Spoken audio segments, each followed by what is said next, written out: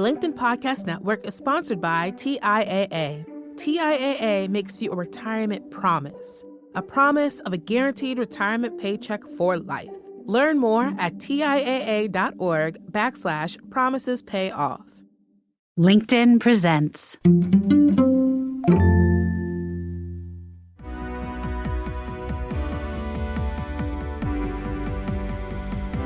I'm Aarons-Mele, and this is The Anxious Achiever, the show that looks at the intersection of mental health and work, and how we can all do both better.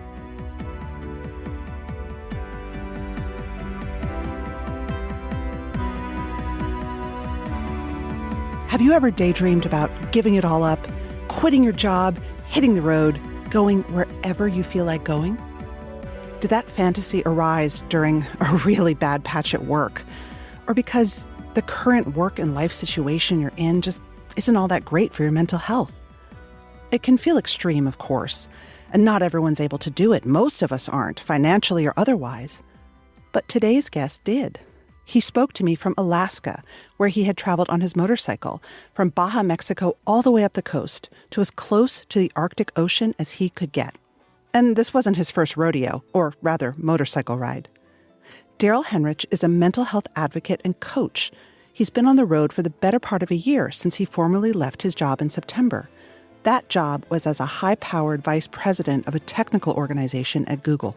We'll talk about how Daryll battled years of depression and maybe repression of big feelings, how sharing his depression helped and sometimes hurt him at work, including why he didn't even travel to meetings he had set up for his own team for several years.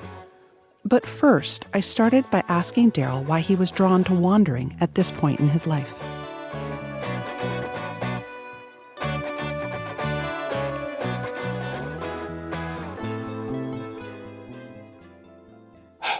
I mean, there's probably a long psychological study in that. Yeah, I mean, look, I was at Google for 17 years. And, every single day was the biggest job I ever had. And it was extremely rewarding, but it was extremely demanding. And this type of thing was something that always appealed to me. I love seeing and experiencing the world and animals and nature and people and things like that. But no, it's a good question. I mean, I think literally my therapist and I have talked about this, about going from an extremely sort of like, regimented, clear life to something that is certainly a lot more unmoored. I mean, I've always kind of been like maybe a little bit of a binary person. I'm kind of all in on things I'm either all in or all out. So yeah, I mean, I was all in on that Google career for a long time. And now I think I am all in on go take the world in the way that's kind of my way of taking it in, I guess. You've written about your center of gravity changing after you left. Yeah. And I'm curious, was there a period of detachment from this profound experience that had been your life for almost 20 years? Yeah. I mean, I can't speak to other tech companies, but Google for certain, and obviously was my experience. I think that the places where you are brought into somewhere that is well known as being the place that is kind of the goal for your industry, the goal for your craft, and the place that the highest achievers, the most talented, et cetera, are told that if you get there, you've kind of won. Mm-hmm. And then doing well in that space and being reinforced in that way. And I'm not judging this either, because I think this just sort of happened. I don't think it was a technique. I think very, very talented people went to Google and thrived at Google. But yeah, it becomes all consuming when the place that is the height of one's craft is the place that one spends all of one's time. And it does become absolutely your center of gravity. Yeah. And so, yeah, I think that the detaching and deprogramming, if you will, from that kind of life. I mean, literally your friend group, your travel schedule, your safety and security, all of these things all are wrapped up in that. And each one of those, I mean, I was just talking to someone earlier about this, how humans, I think, we like to be pattern matchers. Mm-hmm. We like to summarize, right? Because summarizing makes it easier for us to get through the world. And it's like, if this coffee that I have, it's like a slightly brown beverage and it's going to probably taste like something within a 20% tolerance, right? But I think sometimes a pattern matcher can go haywire, or the pattern matcher can over summarize. And I think for a lot of people, it was, what does Google equal? Google equals safety, security, income, friends, relationships, fitness, location. Food. Yes. What am I missing? I'm sure there's more in there. Yeah. But if your future, your title, right? How you identify yourself in the world and to others, your public perception. So Google equals that set of things. Well, holy crap. Like, that's a tough thing to divorce from. That's a tough thing to even think about divorcing from. And, through a lot of very sophisticated coaching and therapy, realizing that each of those things was not only unique to Google, and each of those things had many different sources. And, is my identity only that? Are my family, or not my family, really a lot of people there I consider family. Like, are my family and friends tied up in Google? Is my fitness and food and all that, is that the only way to have those things? It absolutely that was months and months of, probably years really, because the process of me kind of detaching from that started even pre-COVID. So yeah, it's been a process. Well, and you said to me last time we talked a few months ago that, you had spent some time visiting friends from Google who had had long careers like you and had gotten laid off and absolutely felt like the rug had been pulled out from under them in such a profound way. Yeah. Yeah. And the thing is, for me, I was really fortunate to have had the luxury of deciding to go through that process on my own. Right? Like, I started the long journey of, hey, is this what I want to do for the next 10 years or the rest of my career or whatever? I started that process, like I said, a couple of years ago, and it was a really slow, agonizing process for a really long time. And so many people who are dear to me, and obviously thousands and thousands of people that I've never even met, have been going through an accelerated version of that process that they had no control over. I was able to break those steps down one at a time of the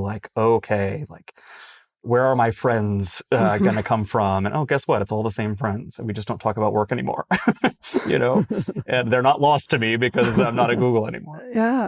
I got to go through that in a really deliberate way at my own pace. And my heart continues just to go out to everyone who is going through all of that. And coupled with the, oh crap, where does my income come from, right? Where does my insurance come from? Where does my visa come from? Oh my God. And part of why I've been speaking about that and writing about it is just because I did have the privilege and luxury of doing that at a slow pace. And I was hopeful that some amount of my own experience could be useful to people who are going through it in an accelerated way.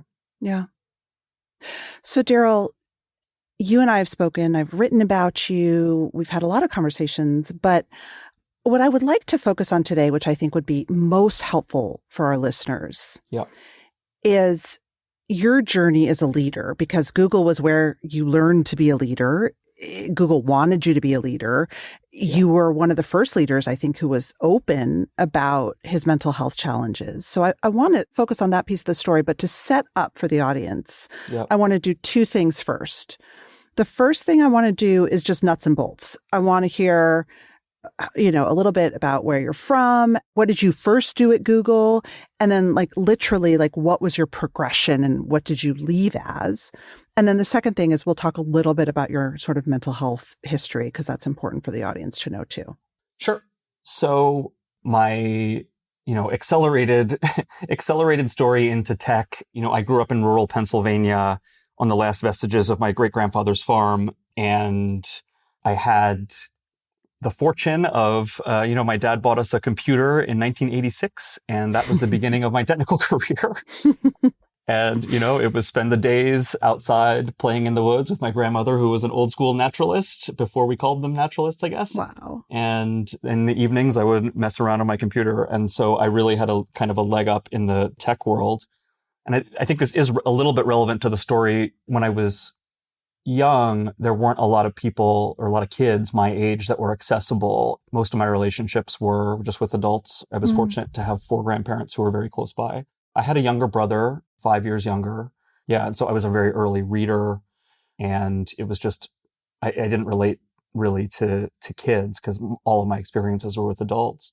And I think, that was really hard for me in school just because it just didn't make any sense when I was in primary school and things like that. And it's relevant to the story just because, in second grade was actually my first brush with a mental health challenge. My mom to this day is like, oh, second grade. Second grade was a horrible time where essentially I had what I thought was severe stomach pain all the time, which actually turned out to be extreme boredom that I couldn't explain. Like my mom couldn't get me to school. I was so sick every single day. I couldn't deal with being there and being sort of mind numbed. You couldn't stomach it. Yeah, I literally couldn't stomach it, but I couldn't explain it. Right. It does tie back in. Later on, when I started to have mental health challenges, it showed up again kind of as like severe hypochondria at first, where my body was sending me signals that I just didn't really understand. So fast forward, I was into tech things all of my childhood, and I went to college in Maryland. I actually dropped out of school during the tech boom in 2000, and I worked for a couple of startups. I was living in Boston at the time, and I applied for a Google job on Craigslist. Everyone likes that story.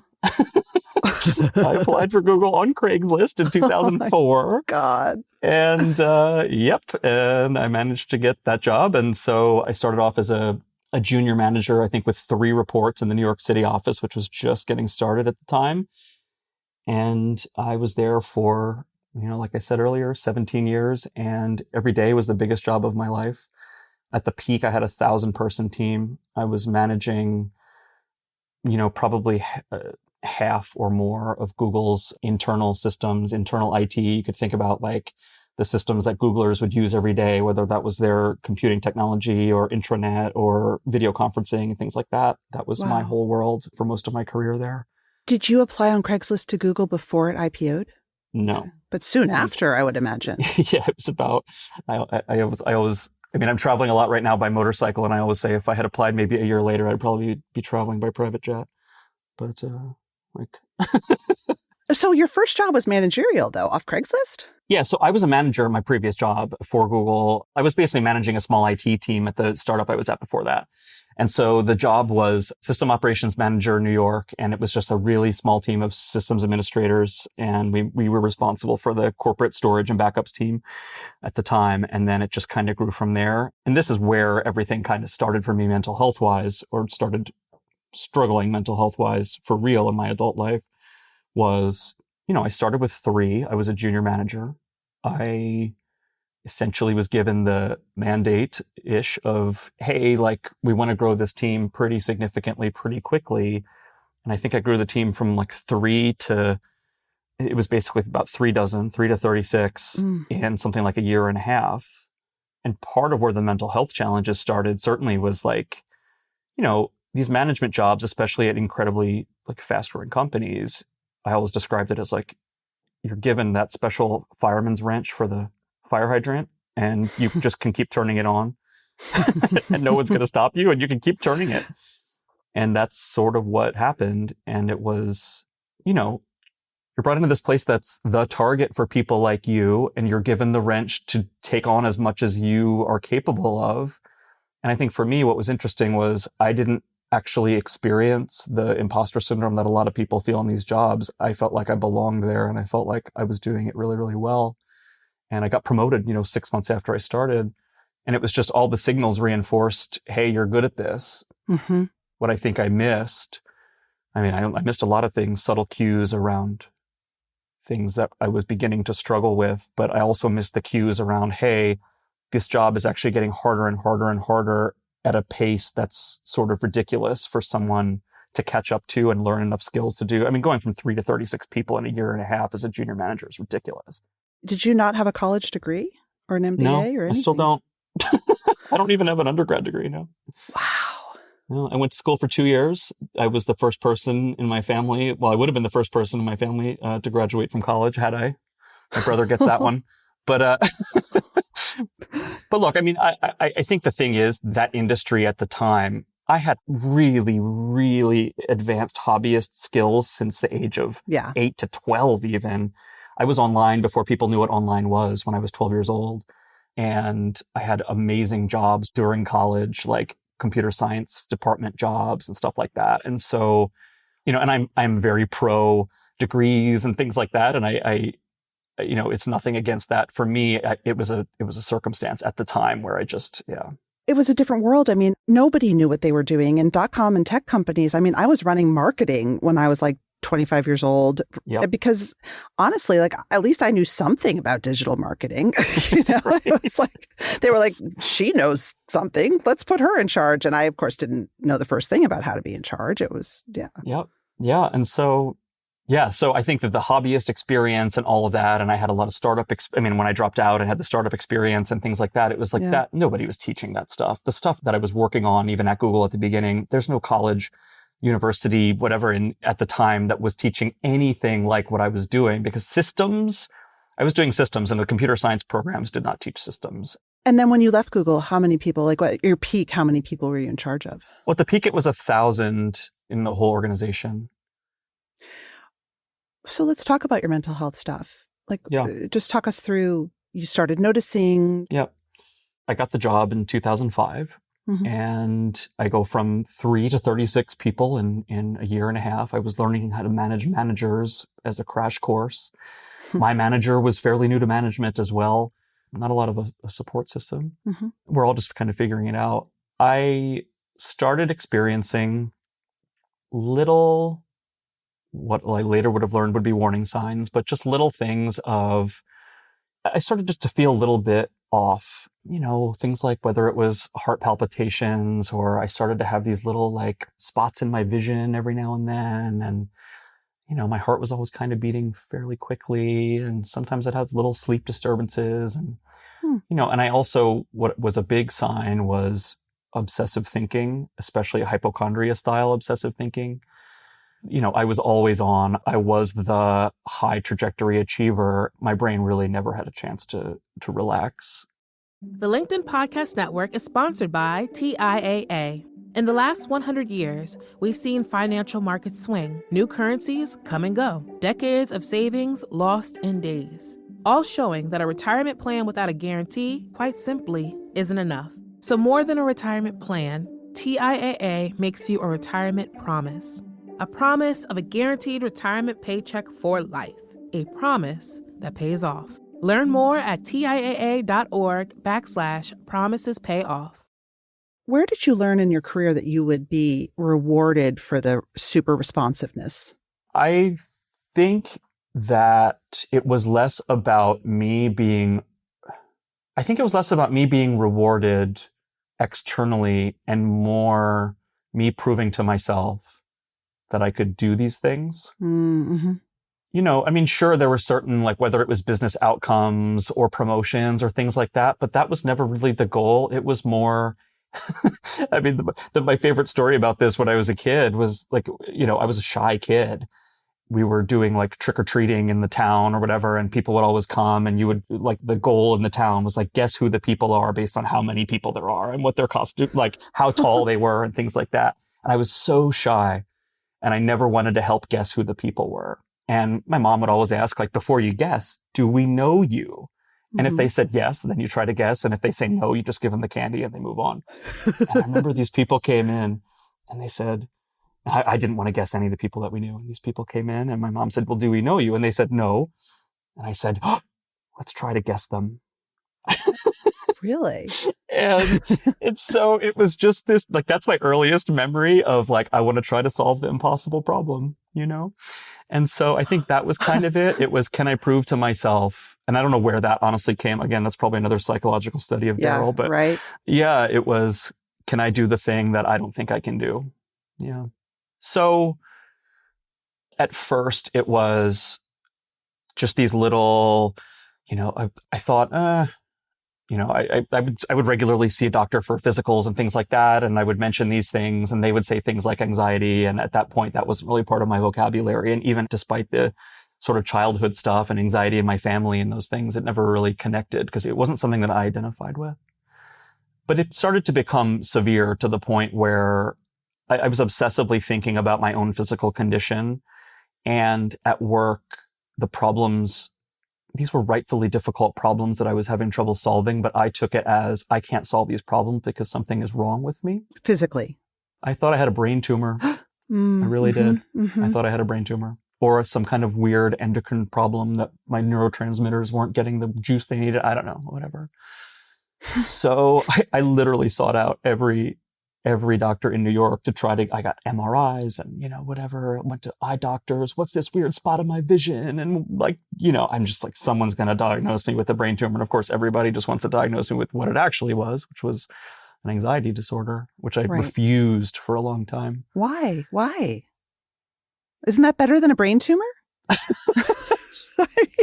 It's a really good question, actually. I don't think anyone's ever asked me that. I'm not a doctor, but I think because it didn't feel like what I thought that would feel like. I didn't feel, quote unquote, anxious. I didn't feel, quote unquote, depressed. I would read a description of anxiety.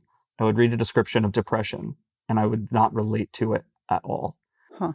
I never felt nervous. I felt stupid. Or I don't feel nervous. I feel like I've got a spot in my eye. I don't feel depressed because I thought that what depression was sadness.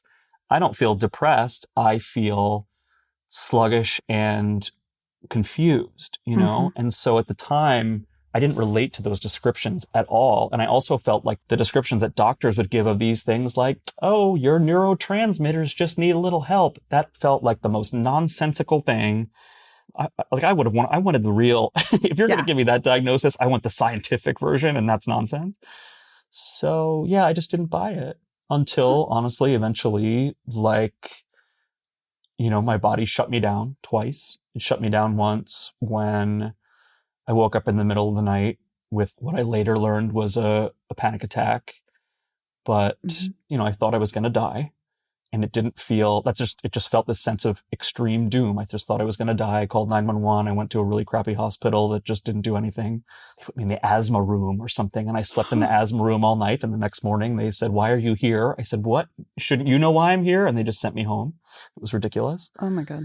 And the second time my body shut me down, I was supposed to fly out to California for a promotion committee. And I was essentially paralyzed, not truly paralyzed, but almost to the point where I could not get myself out of bed. I couldn't do it. Both of those things happened probably within a maybe 6-month period. And those were undeniable signs that something was wrong and that I needed more help. And that's when my sort of therapy journey began. But I mean, at this point, I was so far down this path of hypochondria and severe anxiety. And I was later diagnosed with major depression. And you suffered for a long time before you... I did. Yeah. I mean, I suffered for quite a while before I sought help, and then I suffered for a long time while I was seeking help. And it's interesting because I was actually listening to one of your previous guests from an episode in February who had mentioned he worked for Gavin Newsom. Oh, Lenny Mendoza, yeah. He essentially had this acute episode, and it was treated, and he was able to begin integrating that episode and continue with his life. And I've heard that as in Europe, a lot of people that I've worked with who have experienced, whether it was burnout or acute episodes of depression or panic disorder, it's treated as a thing that you then treat and then you continue with life. For me, I was in this hell for so long. It wasn't an acute episode. It was a slog, a long downward slog where I lost my sense of normal. I lost my baseline. And I was lost wandering in the woods for years. And you never took meds, right? No, and this was another thing where I've never taken, I think I took one pill one time and it made me feel so bad. This was later. This was after I was like, I'm at my wit's end here. But it was strongly suggested that I take medication. And in retrospect, perhaps, again, I don't know, but I was in hey, Daryll's brain is like God's gift to the world. And I'm this high achiever, like very full of himself, whatever, that I couldn't mess with the secret formula that had led to my success. And so I was really stubborn about that. And not only that, the way that medication was described to me was so idiotic at the time. Yeah. And I know a heck of a lot more about it now. And I believe in it a heck of a lot more now. But yeah, no. So I didn't do that. And going down the therapy route, and again, like I'm very, very pro therapy, still do it now.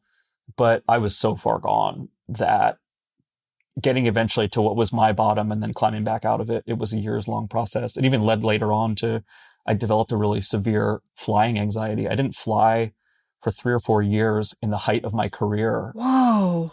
Yeah. And this was after like the acute part of my depression. I developed a paralyzing fear of airplanes in like 2009-ish. And from 2009 to like maybe 13, 14-ish, I did not get on an airplane. And what's really interesting, I was just thinking about this morning, actually, but this was like the high accelerating part of my career when I needed to be in California a lot. And I was living in New York, and I was supposed to be, all these global meetings and things. And I developed a reputation as the leader who would set up meetings and wouldn't attend his own meeting.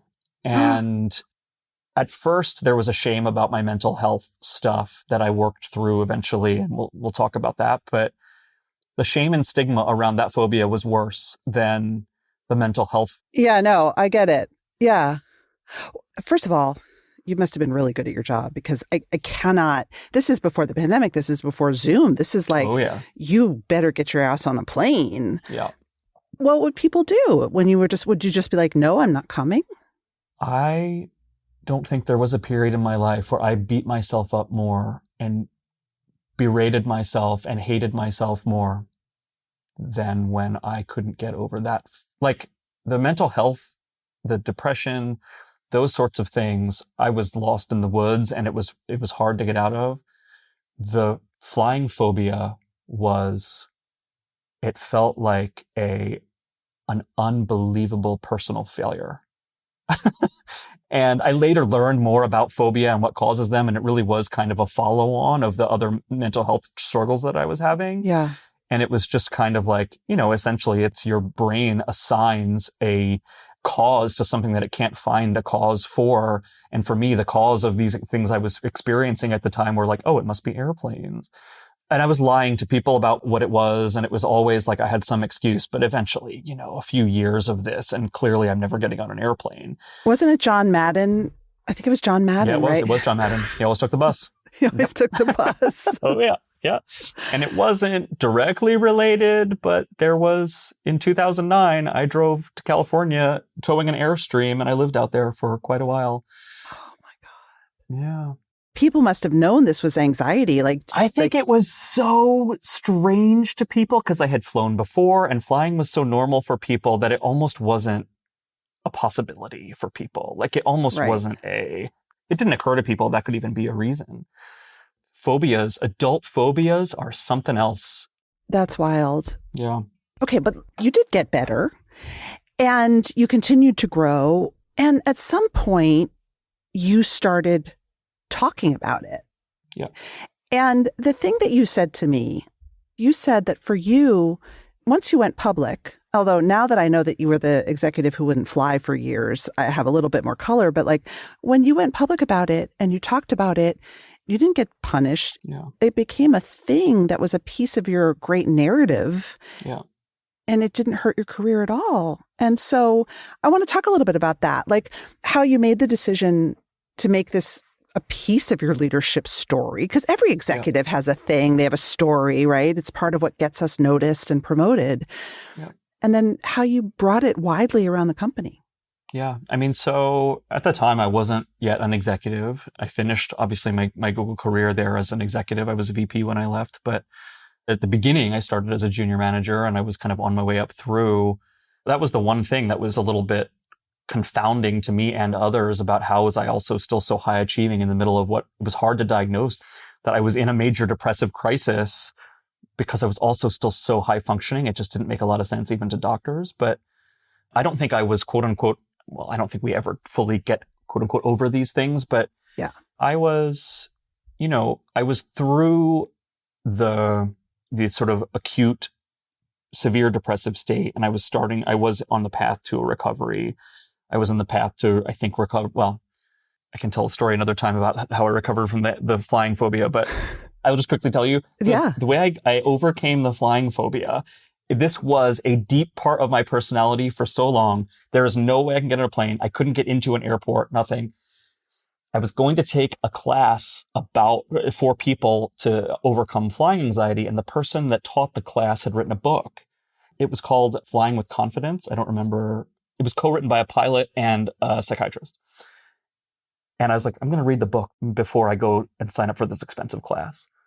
And I read the book and I was like, this book is like, I know all this already. It's about flying dynamics. It's about anxiety. I literally know everything in this book already. Like, eye roll. I guess I'm not signing up for the class. Wow, I really expected more. I wake up the next morning. I'm not kidding you. This story is not an exaggeration. I wake up the next morning after I read the book and my 4-year phobia was gone. Shut up. And I'm laying in bed. I downloaded the JetBlue app on my phone. I booked a flight from JFK to Logan. I went to the airport. I walk into the airport and I'm in tears because it's gone. I know it's gone. I get on the plane. I fly to Logan. I'm literally crying the entire flight of joy.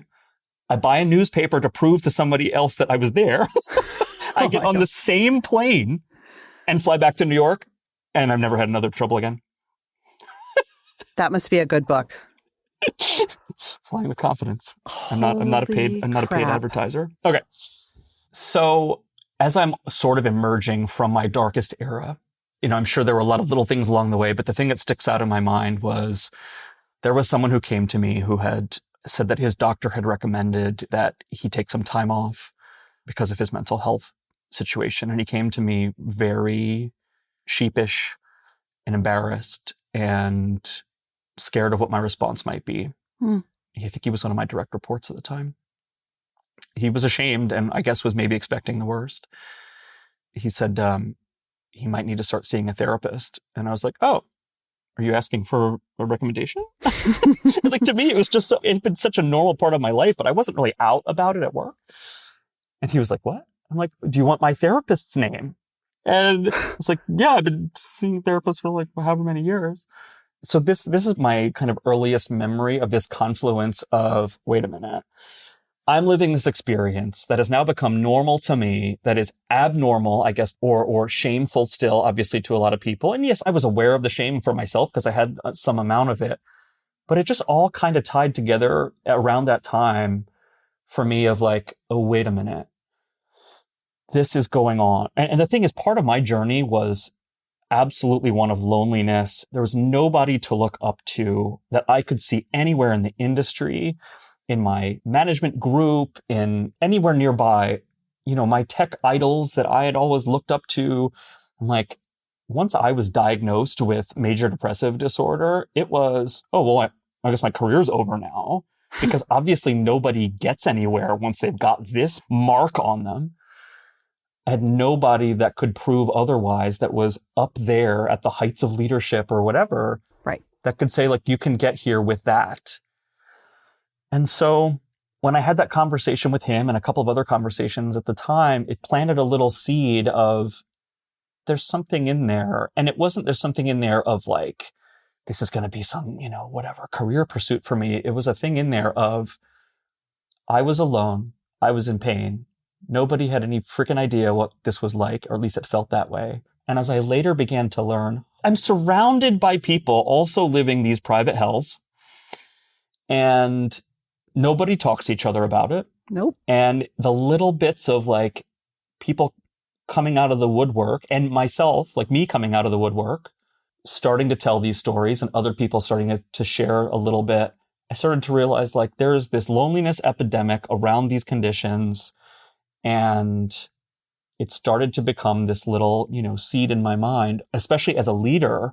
When I started to normalize it in conversations I was having with people, but privately, and I could see the difference that it made in them and the relief for them and the, no, not a big deal if you need to take a mental health leave, certainly not a big deal if you're in therapy, and having these discussions around the taxes that we pay in these high stress jobs, the taxes that very high achieving thinker, knowledge worker folks pay in their very, very busy brains psychologically. It started to become clear that there was something missing.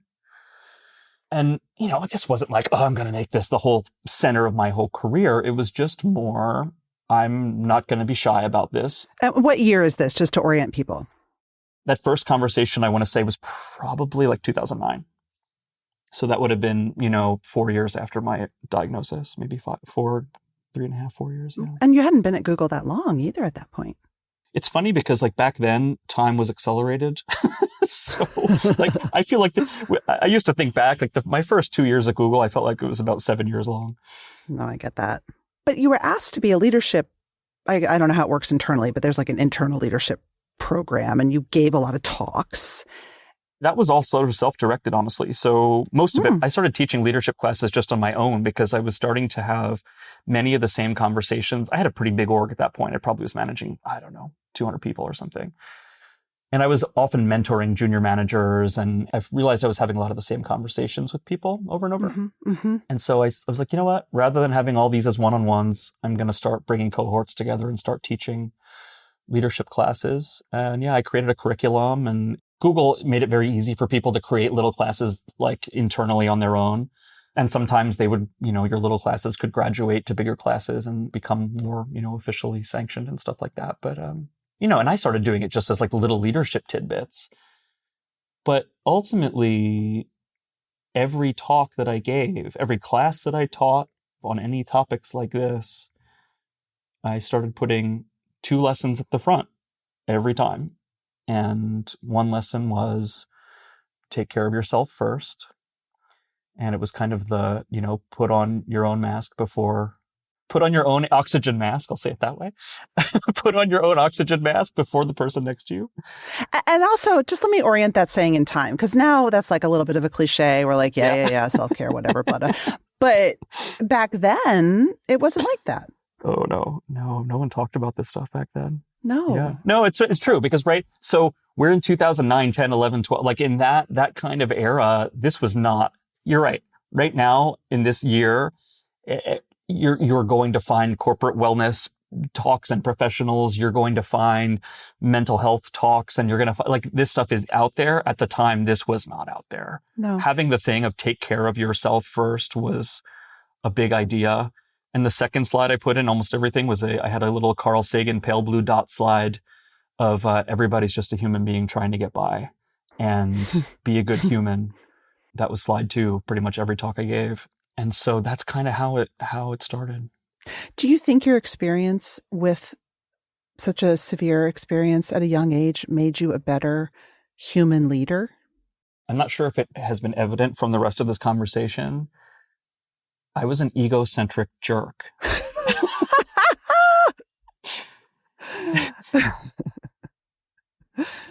But you were also a guy in his late 20s. I mean, let's be honest. I was so full of myself and so full of, guy in his late 20s, but times 5 or times 500, I don't know. I really, truly thought my brain was the best thing ever to happen to humanity. And I felt like doing this hard job in a way that, oh, look how amazing at it I am. What a freaking mess. And I did not treat people very well. People used to gather around for calls that I would do on speakerphone in the office to listen to me eviscerate people who, it was horrible. It's horrible. Yeah. Oh we had God. vendors that weren't performing, and I would get on the call and basically tell them how much they stank. And people would love it. And oh my God, Daryl's doing his thing again. And it was just get it done. Yeah. My standards were unbelievably high for myself and other people. And, we got stuff done. And I got stuff done. And there was a certain kind of person who liked to work with people like me. I know. Thank God. People ask me, do you regret not taking medication and all these different things? Thank God I ate that humble pie. Thank God I had that experience. Thank God I got knocked down. Thank God, all that happened because I was not on a good path. So what did it do? Yeah. It made me a compassionate person. It made me slow down. it made me realize that destroying other people wasn't a good way forward. Like, hey, how about we bring everybody along? I was traveling with someone recently who wrote some Instagram post about how he said he was glad to have met me because I was a good human. And I'm like, I'm not going to self-assign that. But I'm like, I was not a good human. Wow. And I think that experience of many years of hell and of humble pie and of compassion and of, learning what it was like to struggle and seeing other people's struggles and whatever, it completely transformed me. It transformed the way that I ran organizations. And I think, sort of to your point before, I made humanity and human values a pillar of everything that I did going forward. And I was also, as the person who was really in charge of like the Googler experience, that was something that was extremely important to me, personal to me. And I also knew that it worked in terms of like, whether that was products, whether that was organizational leadership style, whether it was whatever, like we are in a world that is extremely technical, extremely logical, extremely, whatever, tech-centered. And again, we're going back here to say 2013, 14, 15, when a lot of this stuff was emerging. But I'm like, we're in a technical, logical, engineering-centric world, and building human values and these words like compassion and empathy and caring and well-being into these technical systems. Like, we got to do this. And yeah, I don't know. I feel very proud of the work that I did in those ways. And I feel very proud of the organization that I ran for a very long time.